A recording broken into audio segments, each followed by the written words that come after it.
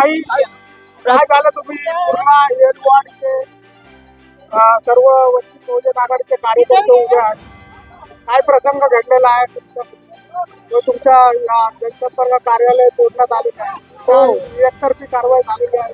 कारवाई एकतर्फे झालेली आहे आणि ते जातीवाद करतायत. एवढे तिथं जर इन लगले होते तर त्यांनी दुसरी का तोडली नाही, आमच्या एकावरतीच अन्याय का केला आणि आमचंच ऑफिस त्यांनी टार्गेट का केलं?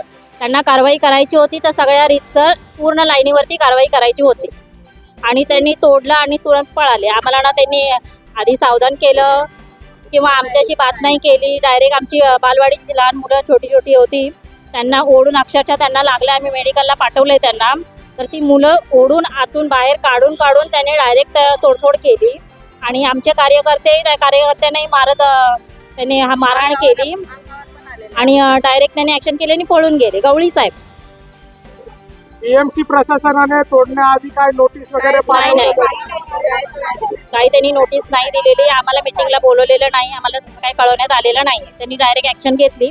तर त्यांनी डायरेक्ट ऍक्शन का घेतली याचा आम्हाला पाठी कोणाचा हात आहे तुम्हाला असं काय वाटतं का? कोण आहे का? कोणी तक्रार दाखल केली असेल? त्यांनी अजून तर आम्हाला सांगितलेलं नाही त्याचं नाव, पण त्यांचं नाव सांगितलं की आम्ही रीतसर तक्रार देऊ. आमच्यावर जो अन्याय झालाय तो काय आम्ही सहन करणार नाही आणि कायदेशीररित्या ते म्हणताय तर आम्ही कायदेशीररित्याही करायला तयार आहे आणि त्यांनी कायद्यानेच आम्हालाही सपोर्ट द्यावा जशाच तसे.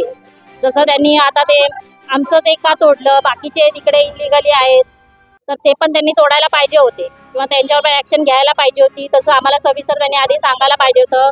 आमच्या कार्यकर्त्यांना बोलवून घ्यायचं होतं. त्यांनी जर तुम्हाला तोडफोड करायची होती तर तुम्ही सविस्तर त्यांना बोलवून घ्यायचं होतं आणि त्याच्यानंतर सांगून मग जर तुम्ही कारवाई तुमची चालू केली असती, कंप्लेंट आली तर कंप्लेंट कोणी दिली त्याचंही नाव सांगा आम्हाला. आम्हालाही कळायला पाहिजे की कंप्लेंट केली कोणी, त्याला काय दुखतंय किंवा त्याला काय प्रॉब्लेम आहे हा आम्हाला कळायला पाहिजे. पण आमच्याच एका ऑफिसचा त्याला का प्रॉब्लेम होता?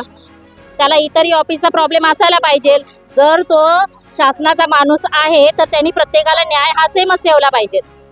हा वंचित बहुजन आघाडीचा वाढता प्रभाव दिसतो, त्यामुळे हो, पण तरीही आम्ही बाबासाहेब आंबेडकरांची औलाद आहोत. आम्ही आमच्या रीतीने कायद्याच्या मार्गावरच चाललेलो आहोत.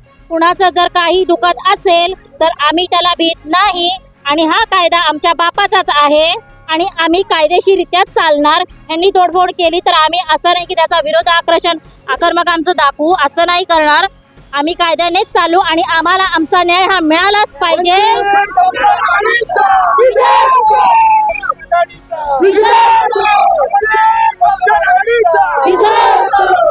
स्वप्नील दादा तुम आगे बढ़ो, हम तुम्हारे साथ हैं, आगे बढ़ो, हम तुम्हारे साथ हैं. वंचित बहुजन आघाडीचा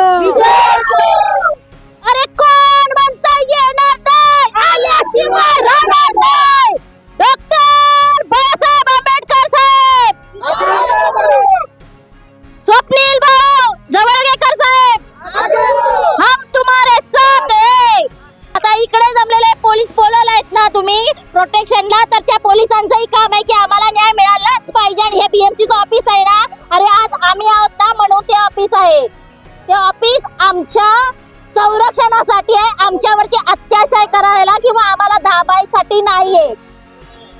आम्ही जेव्हा वोट करतो ना तेव्हा तुम्ही निवडून येता आणि भले तुम्ही जरी पोलीस प्रशासन जरी असला तुम्ही ट्रेनिंग वगैरे देता तरी तुम्ही सुद्धा आमचीच मुलं आहेत. तुम्ही ही बाबासाहेबांचीच मुलं आहेत, त्याच्यामुळे तुम्ही आम्हाला सहकार्य करा. आम्ही काय कायद्याच्या विरोधात नाही, आम्ही जे काही करू कायद्यानेच करू, पण कायदा हा सगळ्यांना सेमच पाहिजे.